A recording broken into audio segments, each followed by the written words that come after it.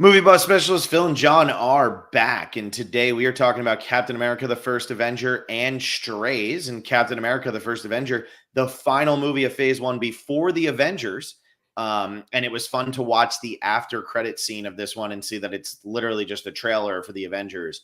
A really nice flashback there. As a primarily Survivor channel, it's always fun when you watch the previews or something, or you watch the next time on and like they're trying to talk about something that, you know, like with Second Chance, how they're talking about Second Chance all the time. And it's like, okay, you can't vote for that anymore. It's almost like back in the day when you would buy a Disney VHS and inside it would be like, return this to get a free whatever. And you look at the date on it now and it's like you had to return by January 4th, 1997 or something like that.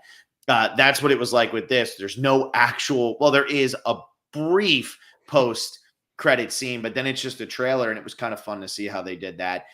And then we're going to be talking about talking dogs who like to say the F word and hump things. So we're going to be talking about strays. That's going to be a pretty vulgar conversation, a little bit different from what John and I are used to doing, but it's going to be pretty hard not to say certain things during that part. So I'll try to save all of the vulgarness for that portion of the podcast.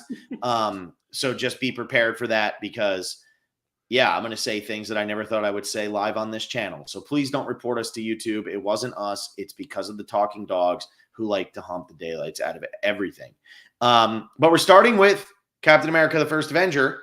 And I have to admit, I like this movie. And it was funny because I gave this a 3.5-star review. And John texted me and was not pleased with me for giving it a 3.5-star review. And then he watched it about 2 weeks later. And he also gave it a 3.5-star review. So here we are. Are we at, is this the peak of Marvel, dare I say, even though I haven't seen 90% of the movies that follow it? Is this the peak? Not in my opinion. No. I do think there are better Marvel movies to come still.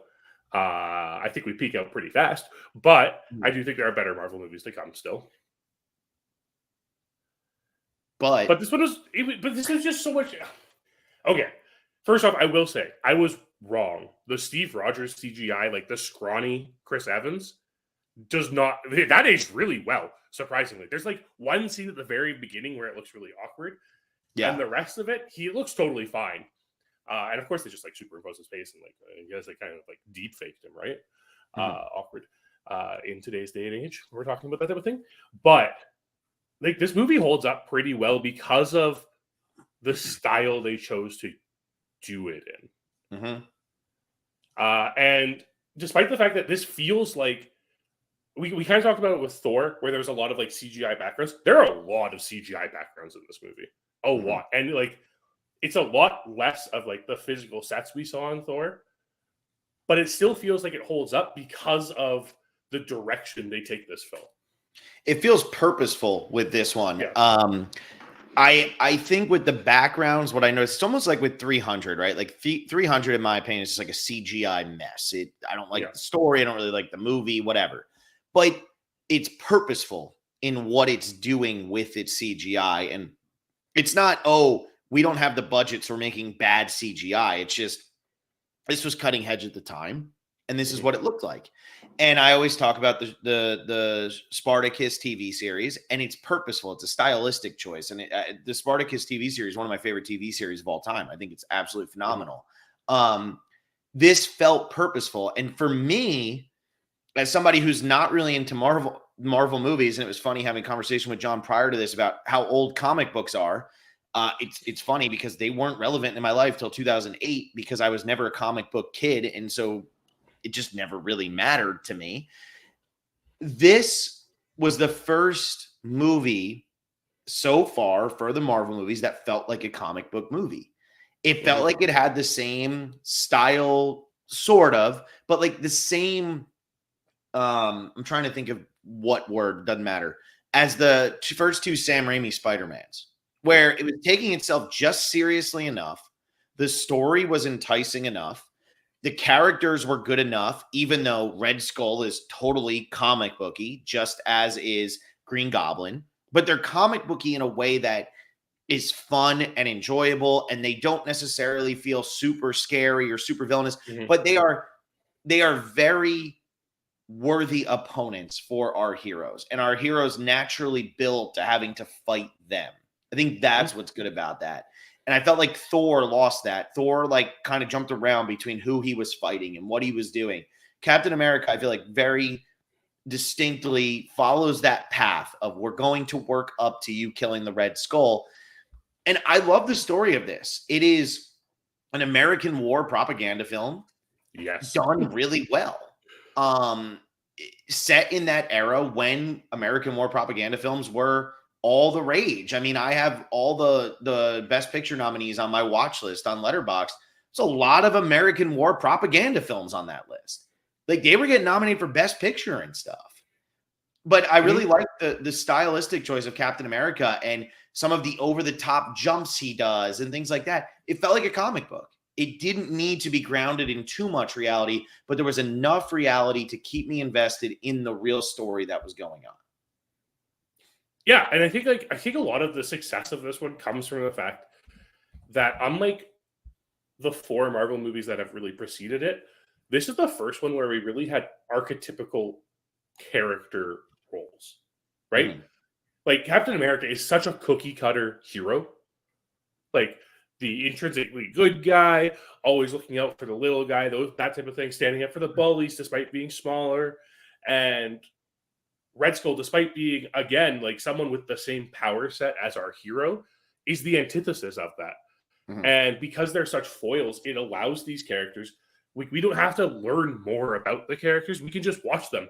And despite the fact that they're not overly developed, they're still entertaining because they're fitting that archetype so well. It's the same reason people like Star Wars so much, like the original Star Wars so much. It's because these are characters we've seen before. We know how they're supposed to react to situations, and we watch them react to situations. This movie goes exactly the way we think it should, and it's just done stylistically enough to really embrace that war propaganda, because it feels like the movies that they're making in this movie. Yeah.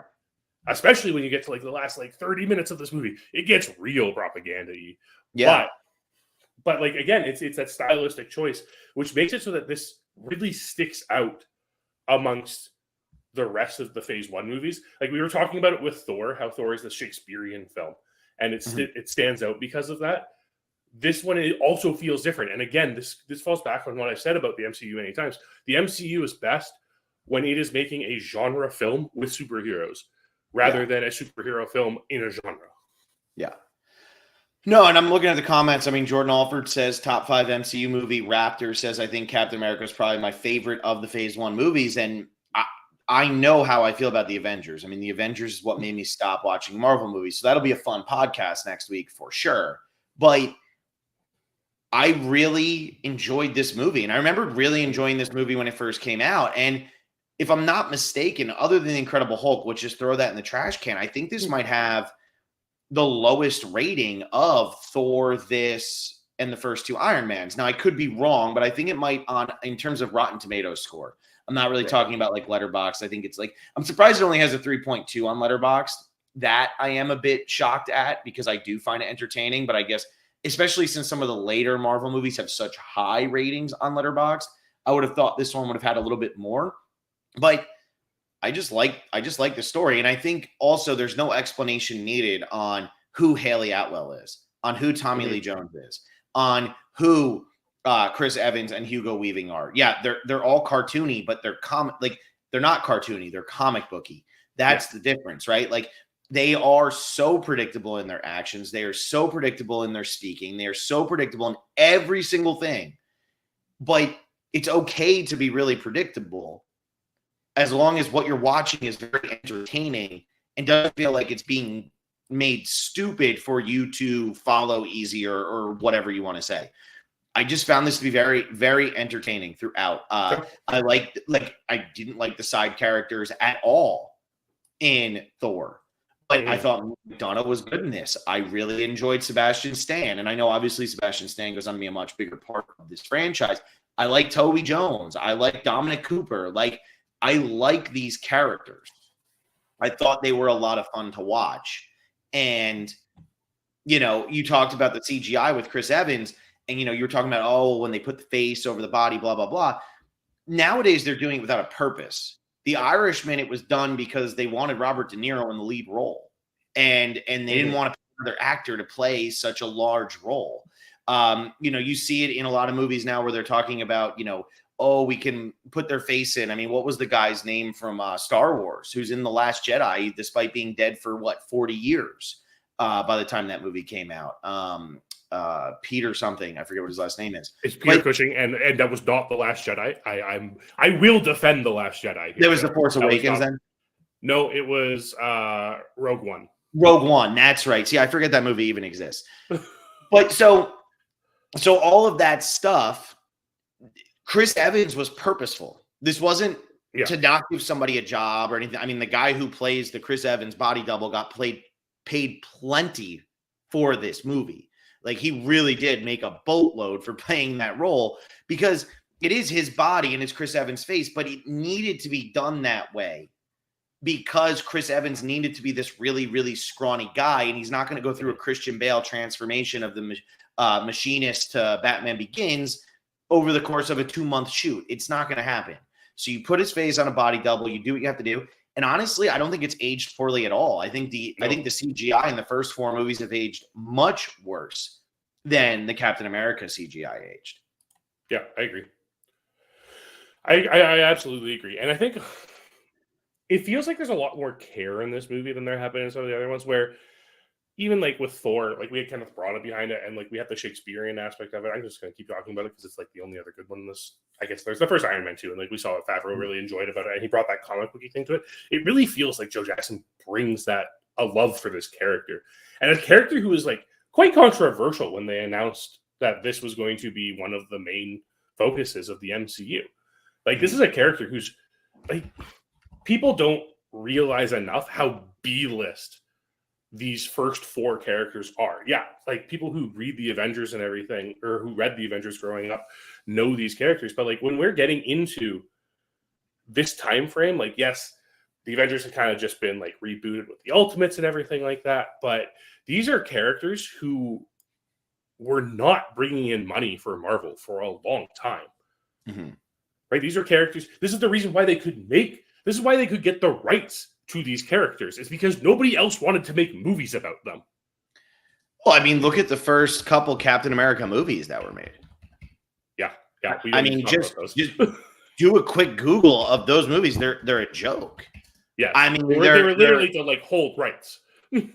Yeah, like the 1990 Captain America where Matt Salinger plays him. Yeah. Never even heard of it, but look at his costuming. And if you go over and you look at Letterboxd, it has a 1.8. Yeah. I mean, I know people are over dramatic with some of this stuff, but a 1.8 is pretty ridiculously bad. Yeah. And I didn't even know Matt Salinger played him. Mm-hmm. At least Adam West plays Batman. Yeah. That that's a thing, even though those are corny. But like these Captain America movies were a disaster. I mean, go look at the one from 1979. So I get what you're saying. Like it's easy, but I actually think Captain America out of all of them is the most compelling. I feel like Captain America has the most heart. I think Iron Man with Tony Stark. Tony Stark is a interesting character, but Tony Stark is so one note a lot of the time. Mm-hmm. And I do feel like Captain America, it's the underdog, going to come from, going to prove everybody wrong and be worth something and defend his country and all that. And it's pure emotion the entire time. He's not the snarky guy. He's not the God from another country who has to come down and adjust to life. He's a normal guy. And I think that's why Captain America is an easy one to relate to. And I also think that's why the Captain Americas are generally the best received movies in this franchise. Yeah. Well, I think a lot of it does come from the fact that, like, again, we get into a lot of the propaganda aspect of it. I think you see this and you Captain America is just such, like, Steve Rogers is such an idealistic human being, especially like an American, right? Like, we have this scene where he's talking to Stanley Tucci for the first time. And it's like, do you want to kill Nazis? No, I don't want to kill Nazis. I don't want to kill anyone. I just don't like bullies. Right? Yeah. And it's like, it's not that altruistic like outlook, which is why he's chosen for the project in the first place, but also is why it makes it so easy to relate to this character because this is a character that we're seeing kind of without flaw, right? He's a hero without flaw. His flaw is that he's connected. Like, essentially, the only flaw he really gets in this movie is that he is connected to other people, right? His connections to other people are his flaws. They're his weakness. But this is what people want to strive to be, right? We want to be as altruistic as Steve Rogers. We want to be the person who stands up and jumps on a grenade to protect the people around us, right? Like we want to be that person.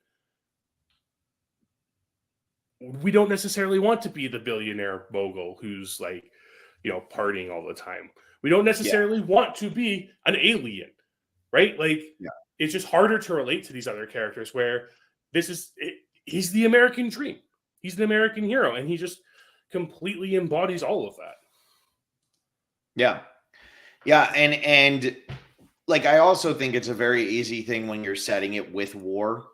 I do think war is a very easy thing for people to understand. And, John, you always say the Nazis are too easy of villains. Yes. But in a comic book, the villains are supposed to be easy. I like a complicated villain for sure. I really do. I like a Joker villain where you're like, he's crazy, but he's not really that awful some of the time in that movie. There's a lot of bad that he does, but he's not always awful. But sometimes it's nice to just have a very straightforward evil villain. And that's what Red Skull is.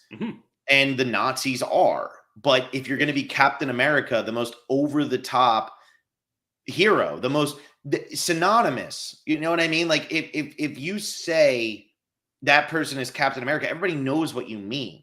Everybody knows what you mean. I just watched Panama and Terry Dietz is Captain America.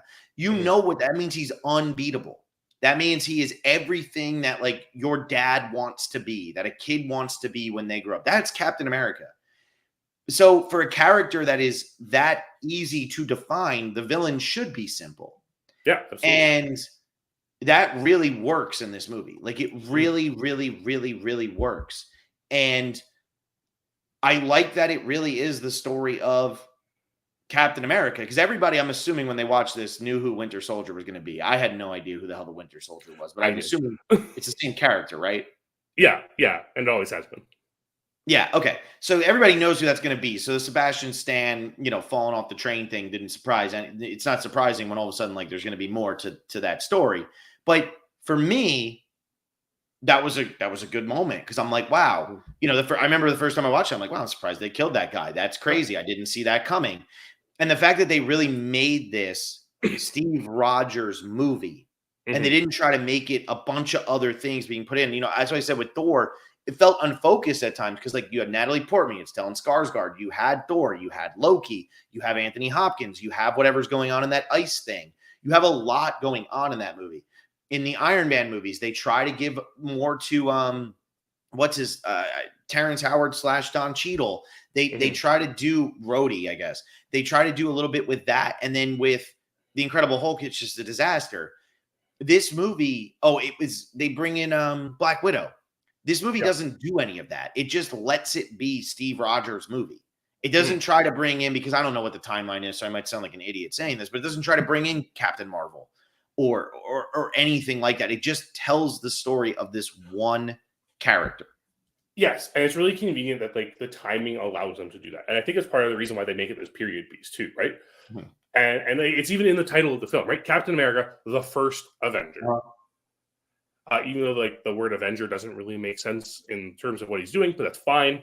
But he's the first one, right? And yes, we have these side characters. We have side characters who become pretty prolific, right? We have Howard Stark in this movie, who's been referenced in pretty much every movie that we've seen in this series so far. We have Haley Atwell's Peggy Carter, who goes off and has a 2-season TV series based on the character after this. But it still is so focused on Steve Rogers, and it's done in a way where you don't feel like you're missing anything from those ancillary characters. Still, they're still there. They're still present. You see the impact they're having, but the impact they're having is all based on their impact on Steve himself, and not just on the grander scale of things. Yeah. And like, it is funny how many successful series this did have spin-offs of, right? Or like how many like characters like really do spin off from this, because they all do feel so secondary in this movie. And yet you could argue that it's the best side characters of those first 5 movies. Almost every single one of these characters appears in the Agent Carter TV series. Yeah. At least the ones that survive. Yeah, and I mean, like, again, you have 2 heroes from this that continue on throughout the series. Yeah, I mean, other than, like, we did talk about how like the Incredible Hulk has some that like branch off into more characters later on in the MCU. We've talked about it with some, but this is the one that kind of has like the memorable ones, right? Like, Yeah. Like you said, like Neil McDonough's in this movie, which I totally forgot until I rewatched it, and he plays this like super cartoony American soldier, and it's just like, yeah, this feels great. Give me Dum Dum Dugan every day. Yeah. Yeah. No, I love Dum Dum. I think Dum Dum's great. And Dum Dum almost has the feel of like a J. Jonah Jameson, but obviously in a much smaller role. Yeah. Like where it's so over the top, but it's a great, like, yeah, I'd follow that guy into battle. You know, no questions asked. Of course I'm going to follow him into battle. Like, yeah. I was really genuinely surprised how much I enjoyed, because I remembered liking the first Iron Man. And then as I was rewatching it, I was like, this is pretty good, but like, okay. And then obviously the Hulk is what it is. And then Iron Man 2, I didn't really like that much. Thor, I thought was disappointing. I remembered liking this as a kid. And I was like, maybe it's not, maybe I really am right about all these Marvel movies. Maybe they're all just bad. And then this was a big surprise for me that I liked it as much as I did. And that, like, really there wasn't really much I would change with this movie. No, I think it's done in a way where it's really well focused. And there are like these little Easter eggs in this movie, which I think are hilarious. When they're at the World Expo, you remember the costume that's in like the display? The red costume? That is the first Human Torch's costume. Chris Evans, of course, having played the Human Torch previously in the 2 Fantastic Four movies that preceded this film, which were very successful. They brought in money. They were terrible. Oh my god, they were bad. But people went and saw them. Like, just make them to make them, right? Yep. Yeah, those were really bad. They were really bad. But the fact that we have Chris Evans coming over from that, he was in.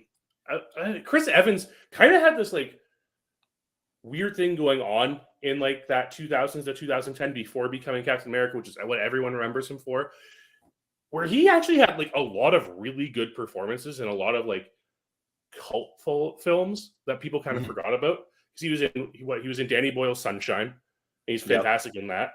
He was in Snowpiercer, he's fantastic in that. He played Lucas Lee in Scott Pilgrim versus the World, and then he became Captain America, and everyone kind of forgot about everything else he was in previous to that. Also, not to mention, he was like one of those like teenage rom-com movie guys for a while. Yeah, and he was in The Iceman, which was a movie that a lot of people didn't see, with Michael Shannon. Like he was in like a lot. He was in a lot of stuff. He was definitely recognizable up to this point. Blows my mind that Snowpiercer is as old as it is. That just really bothers me. 2008? 2013. It's 10 years old. Okay, yeah. I didn't realize after this. So old. Yeah, it's after this, but it's still like at that time where like people knew who he was, right?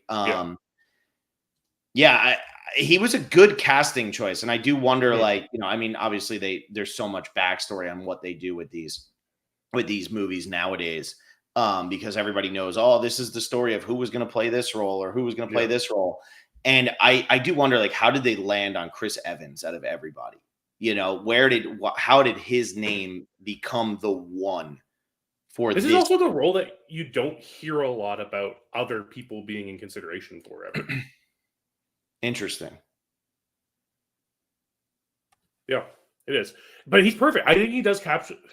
I mean, it also helps that he like captures that like Boy Scout look, despite being like ridiculously ripped and everything. Like he still has that Boy Scout feel to him, which is so important for Captain America.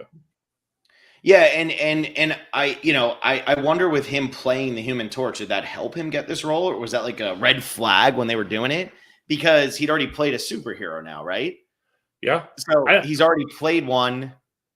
Are they worried that he can or can't play this? But I do agree with you. He has the look for Captain America, because when you're watching him be scrawny, and obviously it's not his body, but it's still mostly his face, you buy that this would be a guy who would, kind of be walked all over, but I just want to be a hero. And then when it becomes Chris Evans, you're like, oh yeah, it's Chris Evans.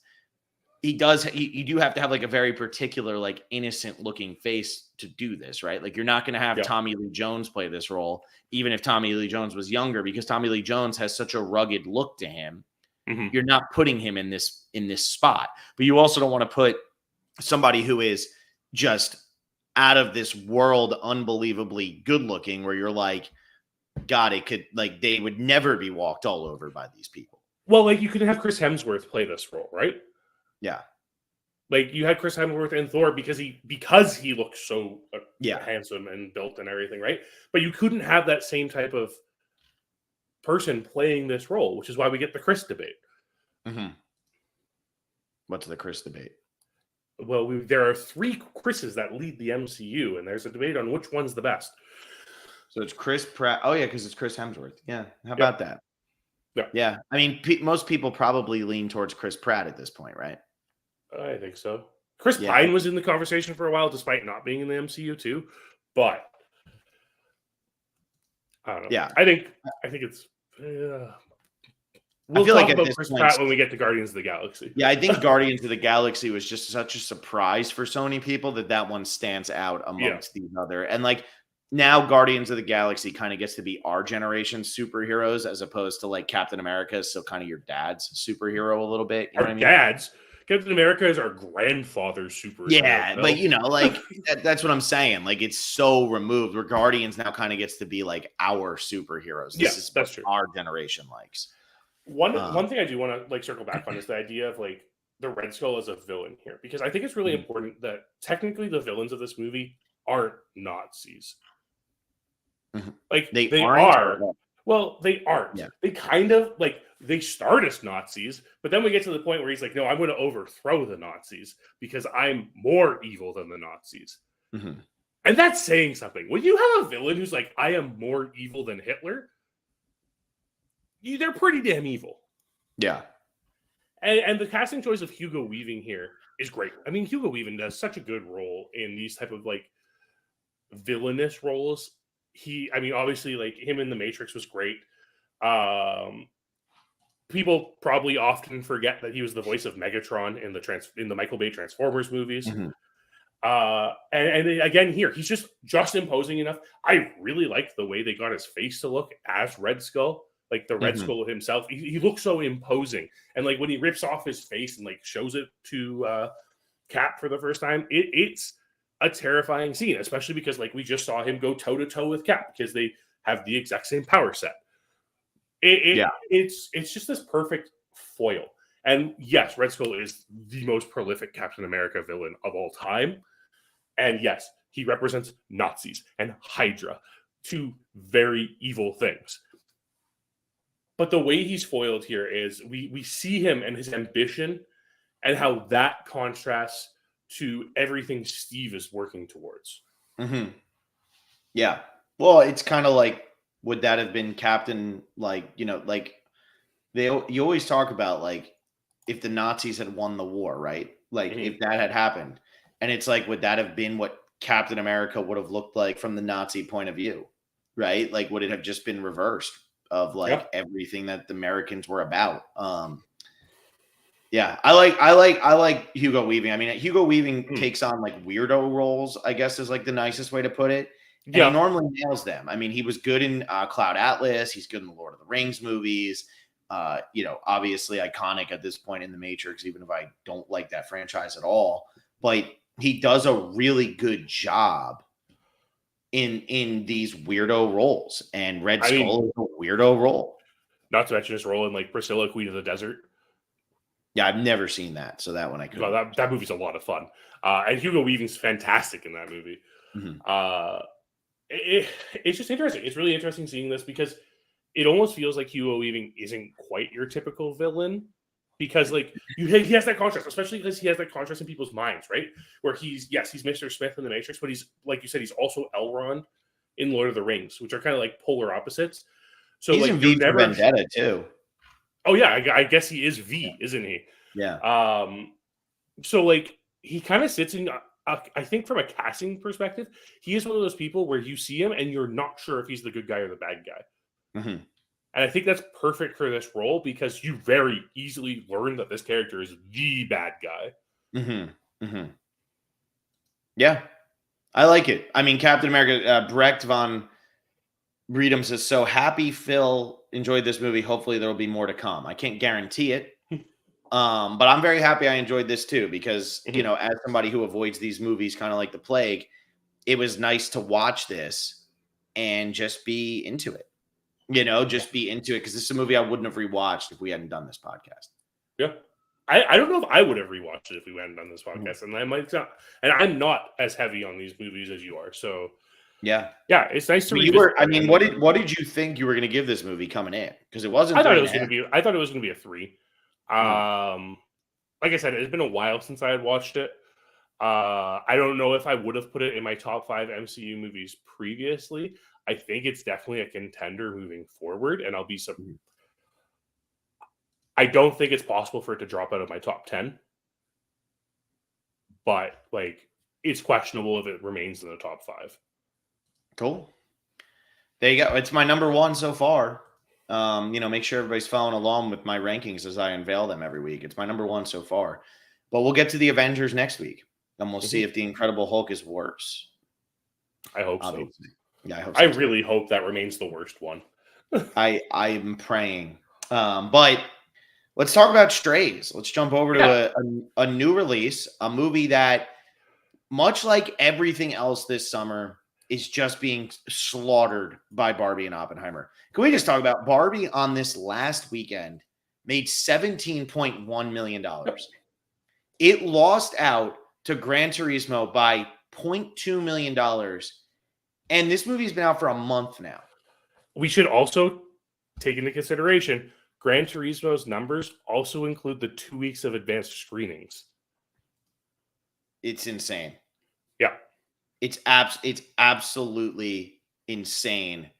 It's now the highest grossing movie of the year. Yep. And it's on track to become the highest grossing Warner Brothers movie of all time. Yeah. Which, does that count New Line or no? I would assume so. I mean, Return of the King is New Line, isn't it? Yeah, but like I'm pretty sure the Warner Brothers record holder right now is the Deathly Hallows Part 2. Okay. And it's very close to beating that at this point.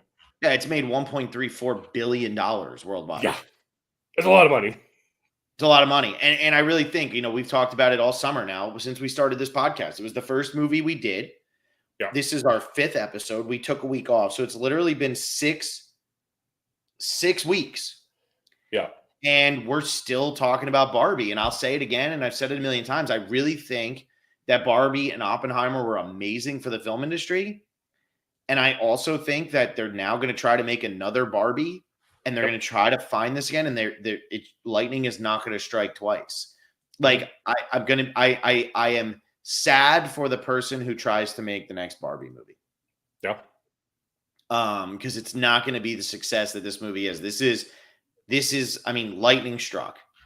Lightning struck with this movie. And it's insane how much money this movie has made. And Oppenheimer now is the highest grossing domestic film ever to never reach number 1 at the box office. What a crazy stat. Right? So like Barbie is in, I don't actually know what it is like all time right now because I don't have it in front of me. But Barbie is, wait, hang on. I do have it in front of me. So you're talking domestic all time. This is just domestic though. How do you find this? Box Office Mojo is not helping me out right now, John. Yeah, maybe I'll figure it out at some point. But, oh, here we go. Overall records, top lifetime grosses. Domestically, Barbie is currently number 14. Yeah. Domestically. 14. I mean, that's incredible. Yes. Especially when you look at the other movies on that list. And actually, Lord of the Rings, Return of the King is all the way down at number 53. Granted, it was 2003, so that's different. But so number 14, and if you go worldwide, Barbie is currently number 18 all time. All time. It's still behind the Super Mario Brothers by 19 million worldwide. So it is still right behind that. The 18th highest grossing movie of all time. It just passed The Last Jedi. Yeah. So it's just wild. I mean, and then the craziest part of this entire thing is Oppenheimer is number 111 all time, and it came out the same opening weekend as number 18 of all time. Yeah. We're never going to see anything like this ever again. No. And Strays is a movie that, is going to pretty much go lost a little bit to time here. And it's been tough. It's been a tough time to do this podcast because Barbie and Oppenheimer are still all the talk. And we can't just sit here and talk about Barbie and Oppenheimer all the time. We got to keep finding new movies. And our Demeter review, that was our lowest watched one because that movie made nothing. Unfortunately, it was a good movie. Yeah, I liked it. And now I look at Strays, and Strays in its opening week made $8.2 million. Yep. Very low. Very low. To be fair, it was also going up against a superhero movie in Blue Beetle. But even Blue Beetle didn't make that much. Yes, it won the box office last week with, 25 million? Yeah. No, but that was 2 weeks ago because now this past week, Blue Beetle dropped below Barbie. Yeah. Yeah. It's wild. And I don't know, Strays is also a movie that's kind of hard to get people out to, right? It's advertised as the talking dog movie for adults, which is already a very niche group of people to watch this movie. Yeah. And then you also have, in fact, it's this crass, crude humor that we haven't had. Those type of movies haven't had a lot of success over the last several years. Yeah, nobody's really looking for the super bad kind of style anymore. It's humor has become a little bit softer, and I think that's why I really actually enjoyed Strays because I thought Strays was a lot of penis jokes. It was a lot of humping jokes. It was a lot of cursing jokes. It was just very immature humor. Yeah. Which I don't think we've had done well in a long time. And I never got tired of the fact that these were cute little dogs who were cursing at each other. And that was what the entire movie was. I literally never got tired of it. And I thought this movie was so much funnier than it had any right to be. And I thought that the movie actually had a little bit more depth to it than it had any right to have. Yes. So much depth to this movie. Shocking. I texted you right after saying this. I cannot believe the topics this movie handles. When we're talking about dogs. There is a scene in this movie where a dog tries to get a set of keys with his penis. Yeah. Best part of the movie. I mean, yes, it's a hilarious scene. But the point of the matter is, that's a scene in this movie, and it is dealing with things like abusive relationships and moving on and friendships and how they can help you through abusive relationships. The themes of this movie are so heavy. And it's all in this crude humor talking dog movie. Yeah. No, and yeah, I mean, the abusive relationship look of he just wants to keep going back. He wants to keep going back. He's going to keep going to his owner who is clearly trying to get rid of him. But no, he must. It's what gives him purpose. It's awesome. I love that this goes there with the movie about a dog. And at the end of the movie, when he's I try to help now the other strays, it's that there's more emotion and heart to that than there are in a lot of movies that are trying to talk about this actual topic between humans. Yeah. And he doesn't want to go and have an owner because he has his friends and he helps the other strays. I mean, I never thought that this is where this was going to end. But what I liked about this movie so much is that it never actually felt like it was going too dark and too serious. No. It always had a levity to it that was necessary for a movie about talking dogs who curse at each other. And I really enjoyed it. I really did. Like, I enjoyed everything. I thought the voice acting was great in the movie, across the board. Josh Gad's little bit in there about the narrator dog was just phenomenal. Like, I thought So that was funny. I thought So that was funny. incredible. I liked like the callbacks to other dog movies. I liked the part where Will Forte is like, "Did you see the end of Marley and Me?" He's like, "No, I didn't. Nobody has, but I know the dog dies." That's how everybody is with Marley and Me. Nobody's watched that movie. You just know the dog dies. I really enjoyed this a lot, and we have the comment here from Raptor. It's very throwback to mid 2000s. It really is, and maybe that's just not what people are clamoring for right now, and that's okay, because I think the reason why people stop clamoring for these types of movies is because they get done very, very poorly so often, and then people say, "I don't need to watch another movie like that." How many stoner comedies did we get in the mid 2000s to the point where we don't need stoner comedies anymore? Like, we really just don't need to keep seeing the same Seth Rogen, James Franco style over and over and over and over again. I felt like this movie was actually kind of a breath of fresh air, and I didn't think I was going to say that. I very much knew I was going to watch this movie because my wife loves dogs. That's why I thought I was going to watch this movie. I did not think I would actually laugh throughout the entire movie, and I did. I laughed. No matter how immature it was, I laughed. When they were tripping, I was laughing really hard. I was laughing uncontrollably at that point. Yeah. When they're slipping on poop, I'm all about it. Like, that was when he's humping the gnome saying it's his son. I'm fine with it. Like, I'm fine with it. Like, I thought it was very funny. And maybe it's just because I like Will Ferrell and Jamie Foxx. Maybe that's enough to put this over the top. But yeah, this movie was a box office disaster, much like Demeter. This one only has made 21 million worldwide on a budget of 46 million. Domestically, only 16 million. I don't see another talking dog movie coming out anytime soon, at least not for adults. But again, how much of this is just because Barbie will not go away? That's a really big thing that studios need to consider. Is like, are these movies failing because they're like no one's interested in them, or are they just failing because Barbie's here? Yeah. And especially when we're dealing with a comedy like this. So, interesting thing, when I rolled up to this movie, the people in front of me to get tickets, there was a grandmother and her two 9 to 12-year-old grandchildren. And they're like, "Yeah, we're going to go to Strays." They're like, "That is a rated R movie. What are you doing?" But you know what? To each their own.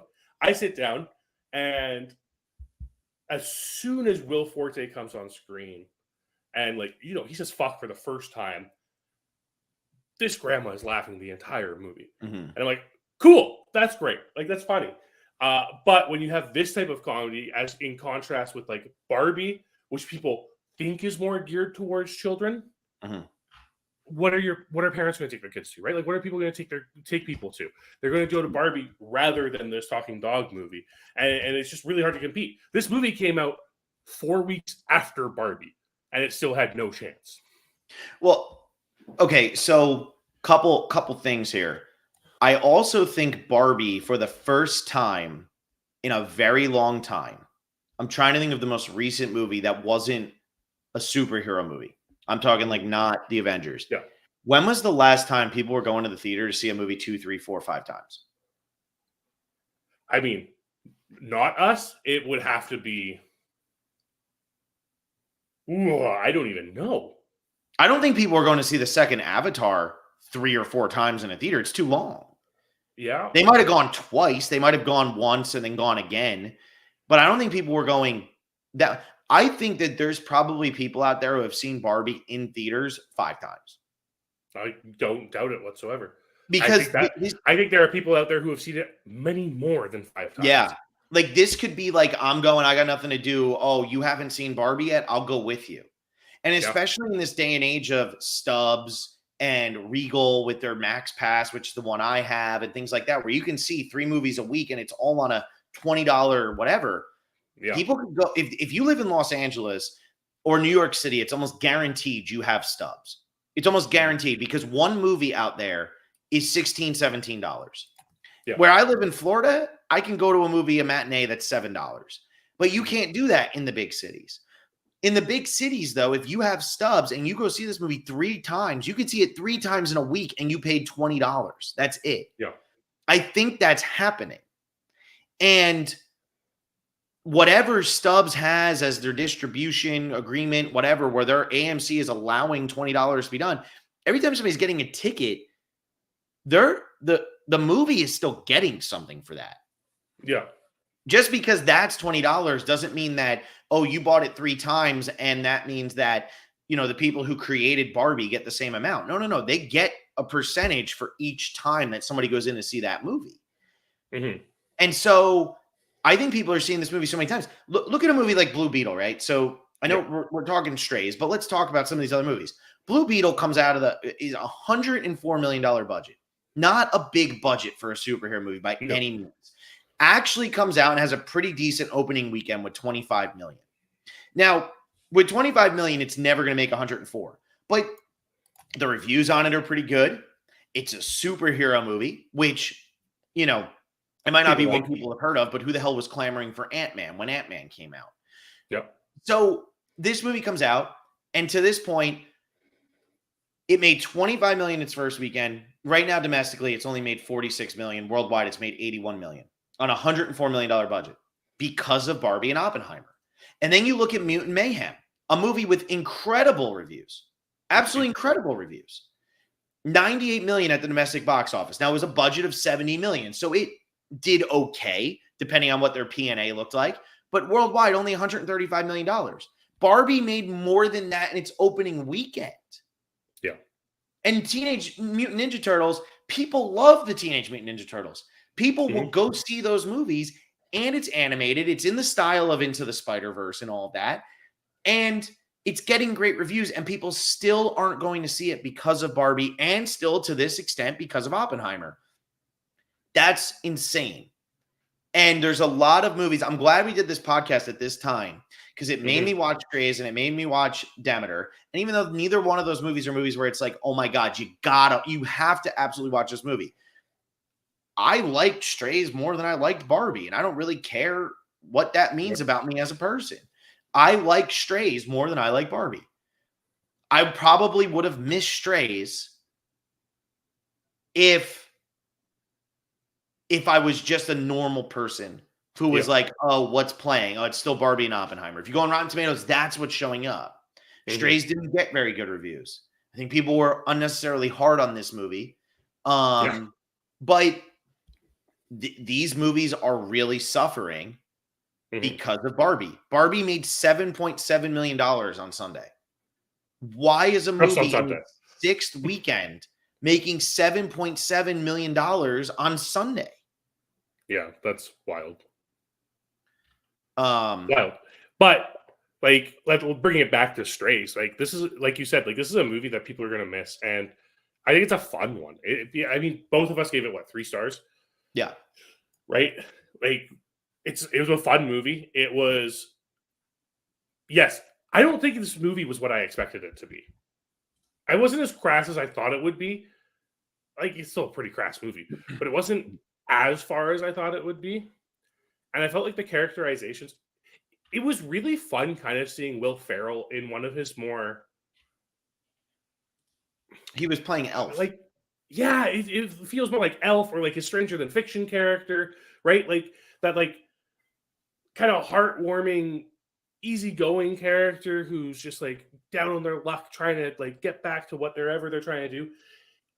It felt like a really good idea to contrast that with Jamie Foxx's character and just being this harsher character and stuff. And it's the naivety of what was his character's name? In what? No, in this movie, what was Will Ferrell's character's name? The dog's name, Reg, of Reggie's character. And again, that contrast with Will Forte as the owner, because you see, as soon as you see Will Forte, you understand he is the worst type of dog owner. Yeah, and he's essentially playing the same character from Tim and Eric's $1 billion movie, and it's hilarious. I love it. It was so funny. As soon as he stepped on screen, I couldn't help myself, and it was the point where I was like, "Yes, I know I'm going to like this movie." And it's the first scene in the movie. Yeah. And I do think like a lot of this comes down to is this your type of humor or not? Because Yeah. I think Will Forte is really funny. Some people don't think Will Forte is really funny. I think that the premise of I want to get back to my owner so I can bite his dick off is phenomenal. I think that's very funny. That's 10 out of 10 humor to me. That might not be 10 out of 10 humor to everybody else, but I love that type of like, that's the plot. This guy wants to get back and that's what he's going to do. And I love that that is the story. That is the driving force this entire time, is that we need to get him back so he can bite his owner's dick off. I'm fine with that. I think it's funny, like good. But it is your style of humor. I mean, I think this is my style of humor. It's why Anchorman and Step Brothers, Anchorman is my number one Will Ferrell, but Step Brothers is the one I've watched the most. Yeah. Step Brothers is ridiculous. Step Brothers is the lowest brow of humor there can be. Yeah. And yet I can't help but watch it because I think it's funny when he gets the fancy sauce and he wants to beat up, whoever for taking the fancy sauce. And when they wipe their butt with the carpet or the rug, whatever it is, because they ran out of toilet paper and then they have to go shop for toilet paper. I think that humor is funny. Some people don't. Strays, I just think hit the humor, but also hit the heart in a way that I really just wasn't expecting. And yeah, that's it. I wonder if it like hits different for like our generation, because like it has that like it's like this really awkward like homeward bound type of situation, and like I think I think that's kind of what they're going for here, right? Where they're trying to prey on that sentimentality that like people our age would have for that type of movie, right? Like you're I mean, again, it's a talking dog movie for adults, right? So it's kind of like supposed to harken back on the idea of like these talking dog movies from when you were kids.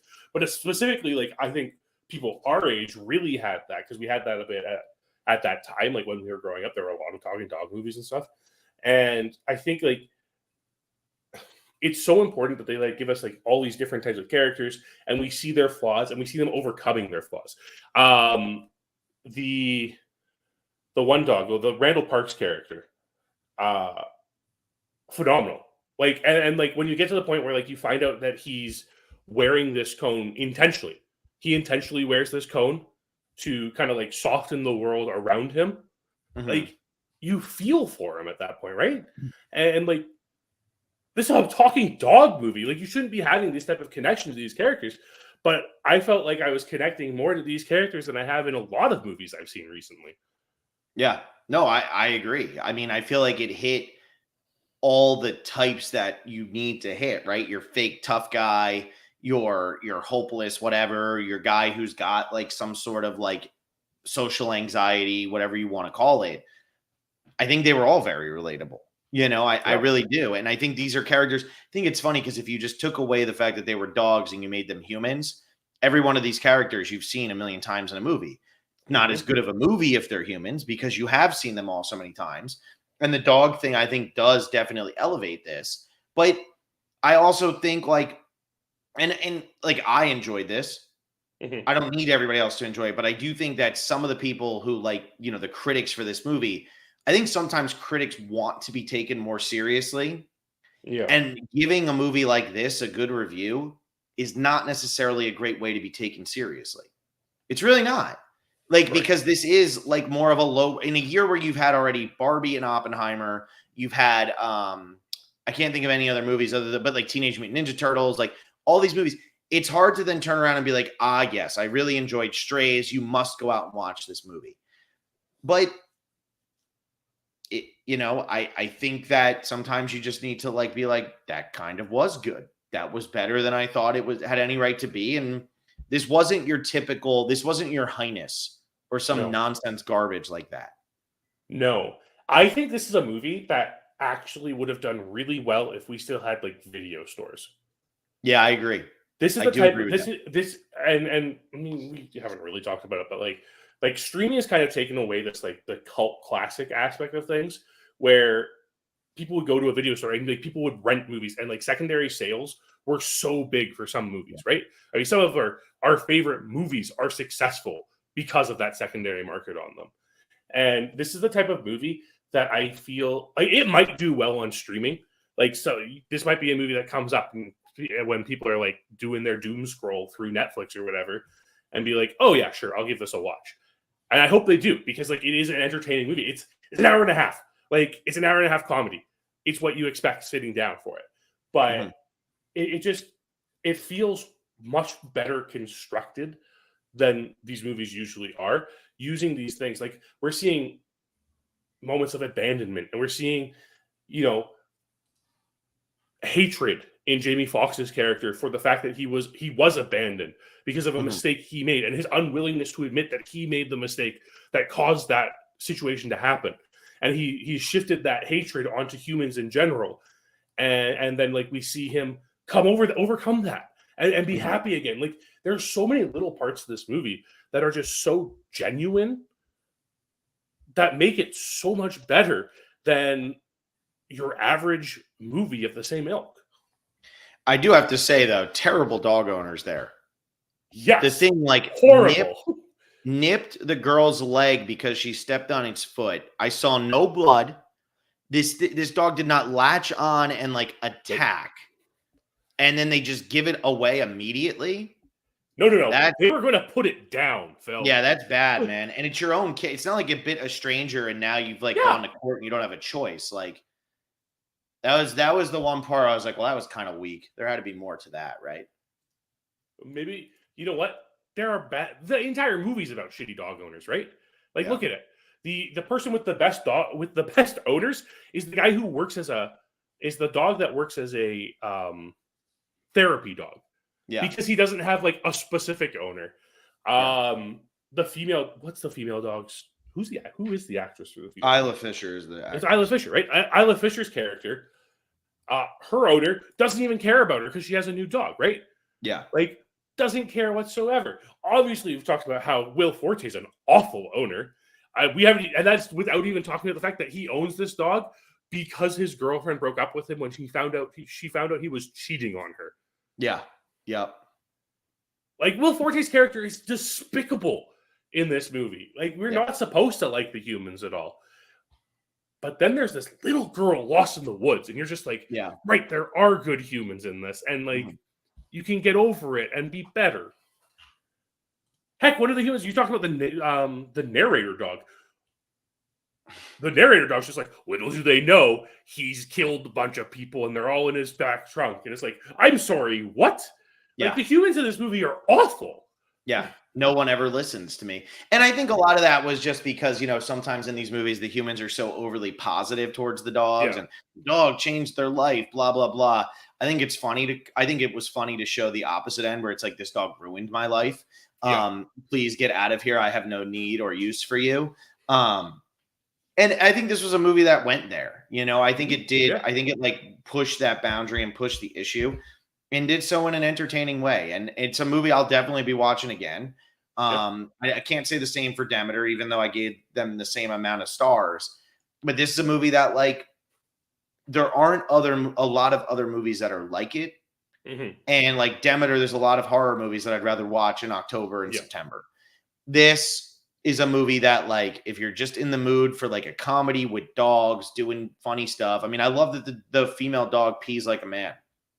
Takes its leg up and pees. I think that's hilarious. There's a lot of good dog humor. Like, it's just it's a good lighthearted, vulgar comedy that also has very serious moments. Yeah, it just, I mean, in a world where we talk about how poorly written a lot of movies are, this movie was really well written. Yeah. Yep. All right, John, do you have anything else you want to say about Strays? No. I mean, if it's like a Sunday afternoon and you're like, I got time to go see Strays. It was fun. Yeah. And because of what is happening with Barbie and Oppenheimer, next week we're going to talk about Gran Turismo, because I'm not watching the first two Equalizer movies to watch the third one. And I really don't want to watch Blue Beetle. And Gran Turismo is the only one I can guarantee that is currently out that is going to be playing in the theater near me. Gran Turismo didn't have a very good opening week. $17 million. And John, you talked about it. It had 2 weeks of pre-release whatever, because it was doing its best to avoid Barbie and Oppenheimer, but it just couldn't run away fast enough. Only made $17 million domestic, made 53 million worldwide, but it's the best we got right now. So we're going to be watching Gran Turismo as our movie next week, and we're going to be doing that with the Avengers. So that's what we got going. Also, the estimated budget for Gran Turismo, just for anybody who's keeping track at home, is $100 million. So those cars are expensive, Phil. Yeah. So this is going to be something for people, but that's what we're doing next week. Hopefully people start to go see other movies, because now it's almost like Barbie and Oppenheimer have broken the film industry in the opposite way, where now it's become too much of a success. But that's what we'll be doing. 2 weeks. Gran Turismo. 2 more weeks, and then good movies start coming out again. Yes, I'm very excited for that, because I'm tired of struggling to figure out what are we going to watch. But we'll see how Gran Turismo is. So we'll be watching Gran Turismo. We'll be watching the Avengers. And we'll be back next Monday night, right? Are you good Monday night? I know it's Labor Day here in the U.S., but it's Labor Day here too. So you're off too? Yeah. Oh, dude, we're doing this sometime early. I'm not doing this at 8 o'clock at night. Tune in for a mid-afternoon matinee, because I don't think we're going to be doing this one late. But thank you all for listening. Hope you enjoy it. Become patrons, patreon.com/Survivor Specialist. You can listen to us talk about movies. You come join the Discord, where we try to get the conversation going as best we can. And that's it. We'll talk to you all next week. Bye.